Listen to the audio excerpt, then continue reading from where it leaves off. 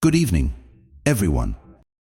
Today I want to talk about something we often overlook in our daily lives, the signs of foolishness, and why it's so important to recognize them not just in others but in ourselves. We all strive for wisdom, but how often do we pause to reflect on the behaviors that keep us from achieving it?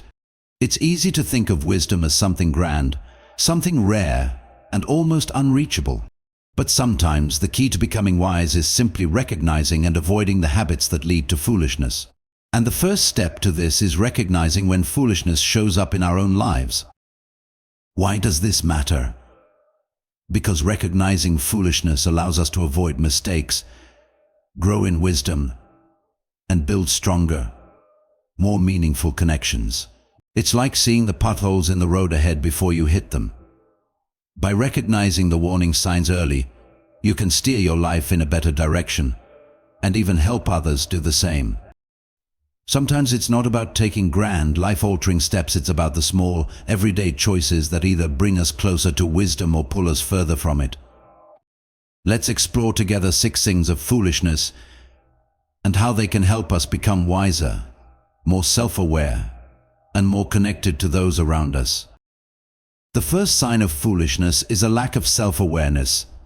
This is one of the most significant indicators that someone is not walking the path of wisdom. It's easy to fall into the trap of thinking that our perspective is the only one that matters, or that our actions don't have consequences. A person who lacks self-awareness is often blind to their own flaws, their own blind spots. They repeat mistakes without learning from them, and their relationships suffer as a result. True wisdom begins with the ability to reflect honestly on our own actions, behaviors, and patterns. It's about asking ourselves tough questions like, how did I contribute to this situation? And what can I learn from this mistake? When we don't ask these questions, we stay stuck, moving in circles, wondering why we don't seem to make any progress. The ability to be self-aware doesn't come naturally to everyone, but it is a muscle that can be strengthened with practice. And the more we cultivate self-awareness, the more we open ourselves to growth, healing, and understanding. The second sign is consistently ignoring feedback. When someone refuses to listen to advice or feedback, it's a sign that they're more focused on being right than on growing or improving. And often, this refusal isn't just because they disagree, it's because they are so certain that their way is the only way, or they are so defensive about their own choices that they block out anything that challenges their viewpoint. We've all seen it, people who are so unwilling to listen to others, even when those others have valuable wisdom to share. It's frustrating, because feedback is essential to growth. Sometimes it's hard to accept criticism, but when we ignore feedback, we miss opportunities to learn. Wisdom involves being open to the perspectives of others, especially those who may have more experience or insight in a particular area. It's about recognizing that no matter how much we know, there's always room for improvement and always something new to learn. The third sign of foolishness is overconfidence in limited knowledge. This is a trap we can all fall into if we aren't seekers. We think that because we know something, we know everything. We see this all around us, people who claim to have all the answers. People who think they have figured out the world's problems with a simple solution. But the truth is, when we think we know everything, we stop growing. Wisdom comes from the realization that we don't know it all. It's about recognizing the limits of our knowledge and being humble enough to ask questions, to seek out new information, and to remain open to the idea that we might be wrong. The more we think we know, the more we close ourselves off to new ideas, and in that space we stop learning. True wisdom lies in acknowledging that there is always more to explore, more to understand, and more to challenge in our own beliefs. A wise person is someone who is always seeking, always questioning, always learning. The fourth sign of foolishness is making excuses instead of taking responsibility. One of the most common patterns among people who struggle with wisdom is the tendency to blame others or external circumstances when things go wrong. It's easy to point fingers, but the truth is, growth happens when we take full responsibility for our actions, decisions, and their consequences. Making excuses is a way of avoiding accountability, and accountability is key to wisdom. When we are willing to say, "I made a mistake," and take ownership of it, we open the door to real learning and transformation. The moment we shift from "it's not my fault" to "what can I do to make this right," is the moment we start to grow. Accountability doesn't just build trust with others, it strengthens our own sense of integrity and purpose. It's the foundation of maturity, and it's something we all need to cultivate. Finally, the absence of empathy is one of the clearest signs of foolishness. A person who lacks empathy is disconnected from the deeper essence of what it means to be human. They may be unable or unwilling to consider how others feel, what others need, or what others are going through. And in doing so, they miss the heart of wisdom. Wisdom is not just about understanding facts or solving problems, it's about understanding people. It's about connection, compassion, and care. Without empathy, we live in a bubble, isolated from others and from the richness of the world around us. But when we take the time to listen, to understand, and to care about the experiences of others, we not only improve our relationships, but we become better people ourselves. Empathy is what allows us to build bridges instead of walls. It helps us recognize the humanity in everyone we meet, even when our experiences differ. Each of these signs: lack of self-awareness, ignoring feedback, overconfidence in limited knowledge, making excuses instead of taking responsibility, and absence of empathy are behaviors that, if left unchecked, can hinder our ability to live wisely. They aren't just signs of foolishness, they are opportunities to grow. When we recognize them in ourselves, it's a moment of truth, a chance to do better. And while none of us are perfect, and we all have moments where we fall short, the key is to keep striving, to recognize the areas in which we are being foolish and actively work to turn them into wisdom.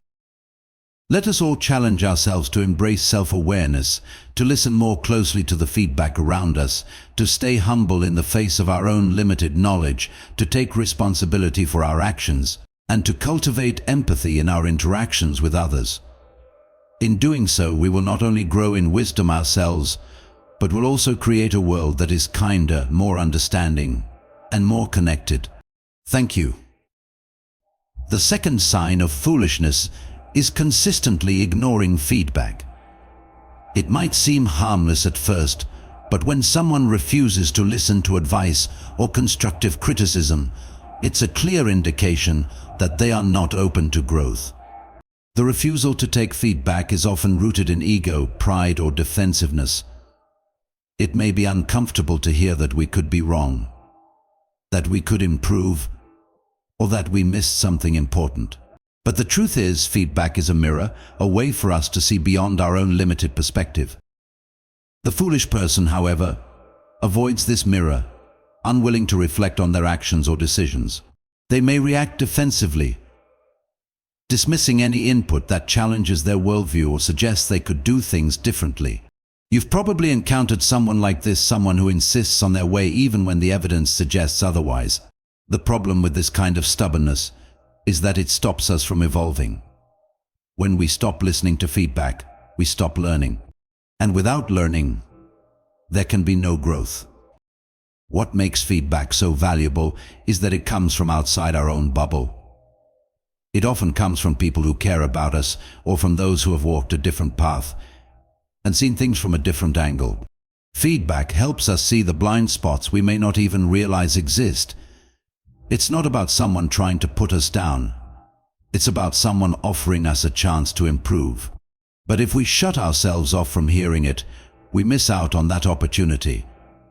We lock ourselves in a cage of our own making, refusing to acknowledge that we might not have all the answers. For many, hearing feedback can feel like a blow to the ego. It's easy to take it personally, to feel criticized or judged. But wisdom doesn't come from avoiding discomfort, it comes from leaning into it. It comes from understanding that the discomfort we feel when we receive criticism is the very thing that leads to transformation. The most successful, intelligent, and wise individuals are often those who actively seek feedback, those who surround themselves with people who challenge their ideas, not just those who agree with them. This doesn't mean we should accept every piece of advice without question, but we should be willing to listen, to process, and to evaluate what others are saying.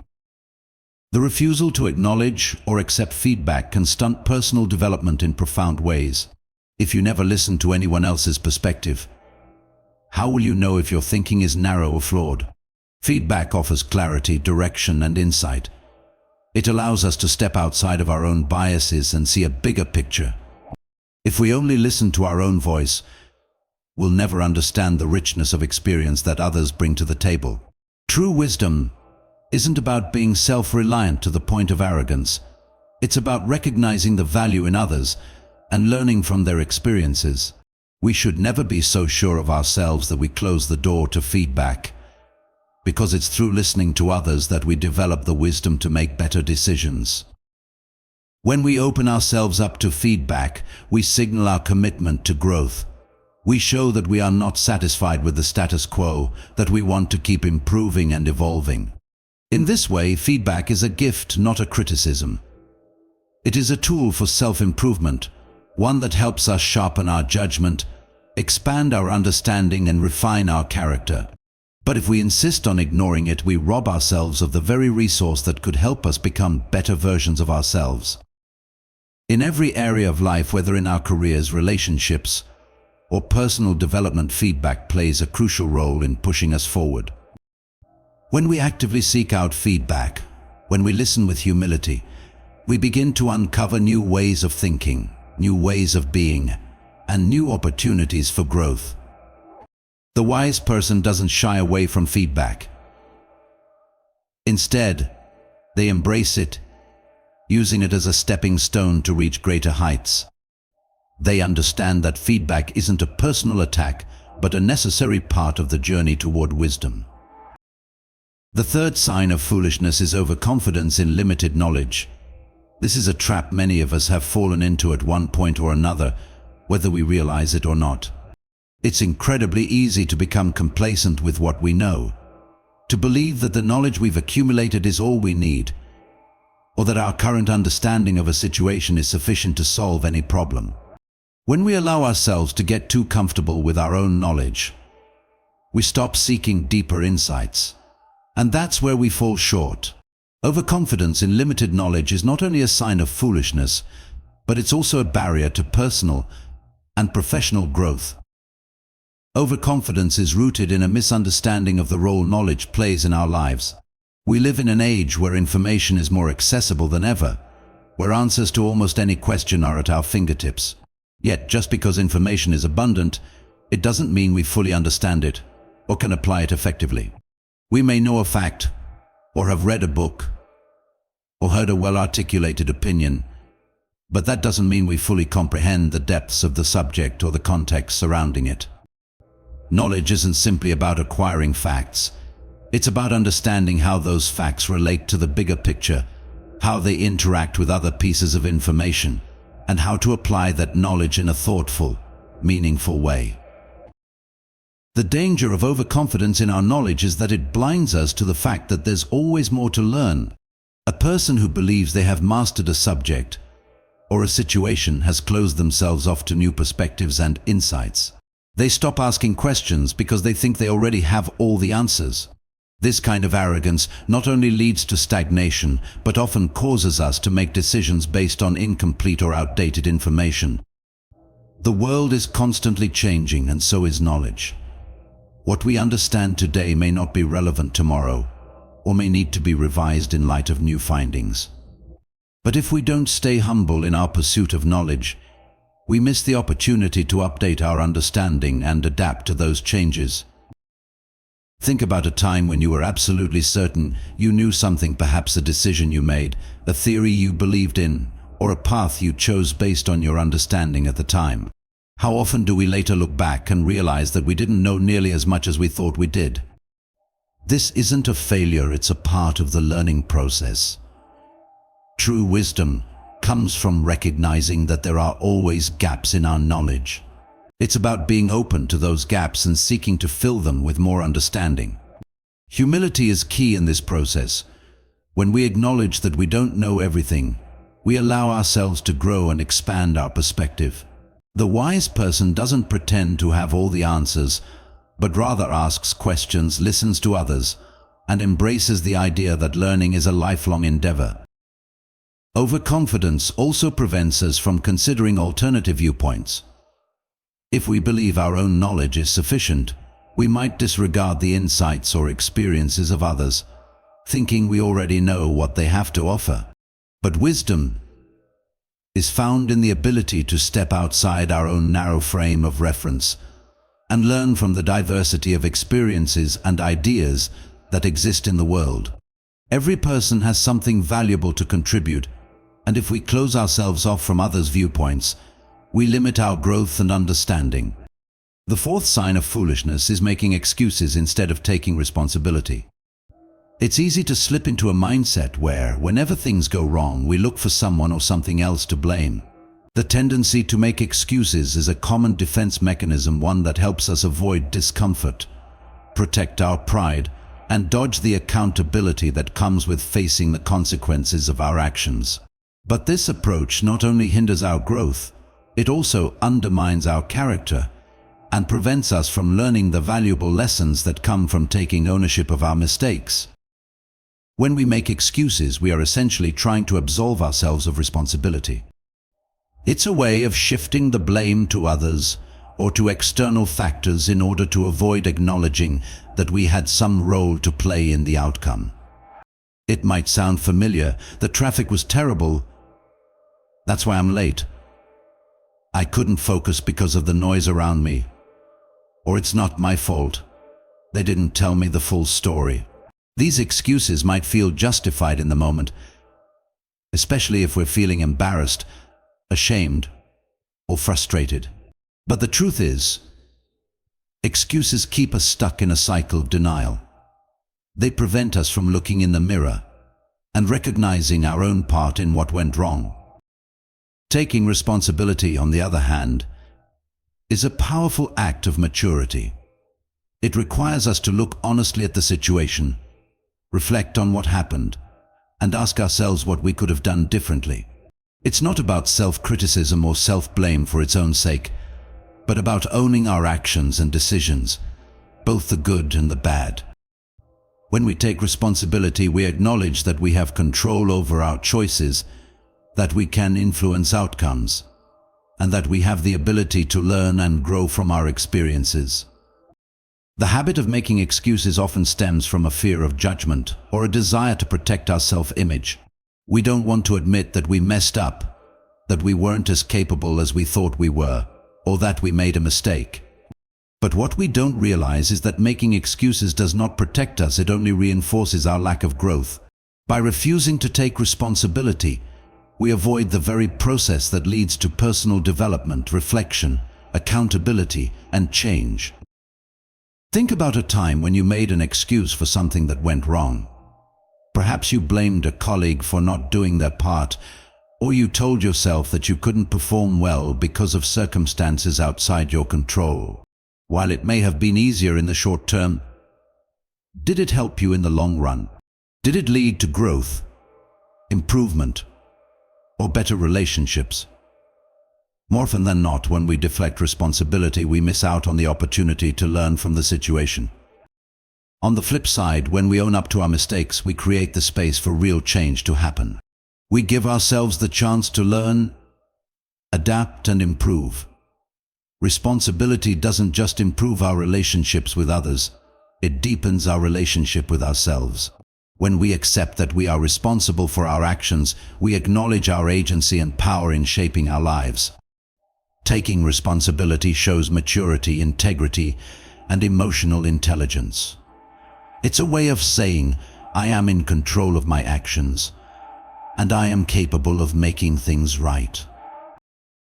Furthermore, taking responsibility also fosters trust and respect in our relationships with others. People appreciate honesty and accountability. When we make excuses, we not only fail to hold ourselves accountable, but also fail to hold others accountable. The excuses we make often hurt those around us, especially if we are working with others toward a common goal. By refusing to own our mistakes, we create unnecessary tension and erode trust. But when we step up and admit our role in a situation, we demonstrate honesty and integrity. We show that we value the truth and that we are committed to learning and improving. Taking responsibility is also a mark of emotional maturity. It's easy to blame others when things go wrong, but the wise person recognizes that they have the power to change the course of their own actions. When we make excuses, we give away that power. We say, "It's not my fault," and in doing so, we deny ourselves the ability to grow and change. But when we take responsibility, we acknowledge that we have the ability to learn from our mistakes, adapt, and do better next time. We give ourselves the opportunity to improve, to find solutions, and to move forward. Of course, taking responsibility doesn't mean that we should take the blame for things that aren't our fault. It doesn't mean we should be overly harsh on ourselves or assume guilt where it doesn't exist. But it does mean recognizing when our actions, decisions, or inactions have had an impact on a situation, and being willing to address it honestly and constructively. It means taking the opportunity to reflect, to apologize when necessary, and to take steps to do better moving forward. The more we make excuses, the more we lose sight of our own potential for growth. The more we blame others, the more we relinquish control over our own actions and decisions. But when we take responsibility, we empower ourselves. We reclaim control over our lives and show that we are capable of handling whatever comes our way. It is only through accepting responsibility that we can truly learn, grow, and evolve. The fifth sign of foolishness is the absence of empathy. In a world that often celebrates individualism, it's easy to become focused solely on our own needs, goals, and perspectives. But when we lack empathy, we not only isolate ourselves from others, but we also fail to see the depth and complexity of the human experience. Empathy is the ability to understand and share the feelings of another person. It's what allows us to connect, to support, and to build meaningful relationships. Without it, we can fall into the trap of seeing others as obstacles, competitors, or even objects to be used rather than human beings with their own emotions, struggles, and dreams. When someone lacks empathy, they might be dismissive of others' feelings, fail to recognize the emotional impact of their words or actions, or simply fail to acknowledge that others are dealing with challenges they might not see or understand. Empathy requires us to step outside of ourselves and consider the world from someone else's point of view. It means recognizing that everyone has their own story, their own struggles, and their own desires, and that those stories are just as valid as our own. When we lose sight of that, we risk becoming disconnected from the very thing that makes us human: our shared experiences, our shared vulnerability, and our shared need for understanding.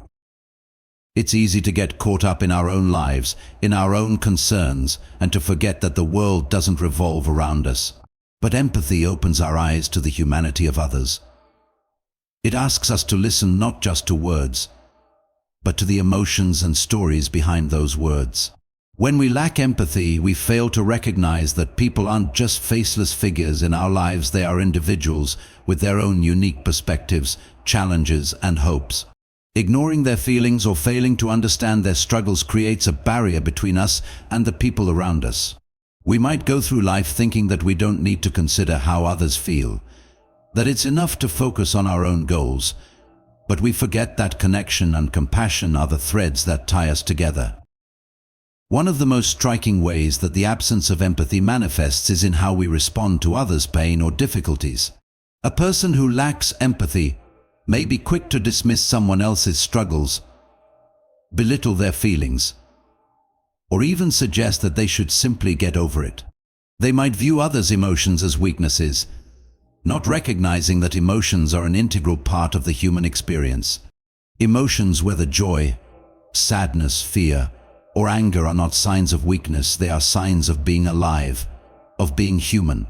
When we refuse to acknowledge or empathize with those emotions, we rob ourselves of the opportunity to deepen our connections with others and to better understand the complexities of the world around us. Furthermore, the absence of empathy can have a toxic impact on our relationships. It creates an environment where people feel unseen, unheard, and unloved. When we fail to empathize with someone, we fail to truly see them. We fail to validate their experiences, and we fail to offer the support and compassion that is so desperately needed in difficult moments. Relationships, whether they are personal, professional, or even casual, thrive on empathy. When we connect with others on an emotional level, when we show that we care about their feelings and experiences, we create trust and build deeper, more meaningful bonds. Without empathy, those bonds are shallow and fragile. One of the most powerful forms of empathy is active listening. This goes beyond hearing words. It involves paying attention to the emotions, body language, and underlying needs of the person speaking. It requires us to be present in the moment, to set aside our own distractions, and to truly hear what the other person is saying. Active listening fosters understanding and trust, and it allows us to respond in a way that is compassionate and supportive. When we lack empathy, we might only listen for the sake of responding, not understanding. We may interrupt, judge, or dismiss what is being said, not recognizing that the person in front of us is offering something that is deeply personal. Empathy also plays a critical role in resolving conflict. When we can empathize with another person, we are better equipped to understand their perspective, even if we disagree with it. Empathy doesn't mean we always have to agree, but it does mean that we recognize the validity of someone's emotions and experiences. When we approach conflicts with empathy, we move beyond defensiveness and open the door to constructive dialogue. We stop seeing others as adversaries and start seeing them as partners in finding a solution. The absence of empathy, however, keeps us entrenched in our own viewpoints, making resolution difficult and leaving us stuck in misunderstandings. The absence of empathy also prevents us from understanding the broader social issues that affect people in different communities or circumstances. When we lack empathy for people whose lives are different from our own, we are more likely to make assumptions, perpetuate stereotypes, and contribute to social injustices. Empathy invites us to see the world from diverse perspectives. It helps us understand the struggles of others, whether it's the pain of systemic inequality, the hardships of poverty, or the challenges of discrimination. Without empathy, we remain detached from the very issues that affect the most vulnerable members of society. Empathy, in its simplest form, is about being able to say, I see you, I hear you, I understand you. It's about creating space for others' emotions, respecting their experiences, and being willing to support them in their time of need.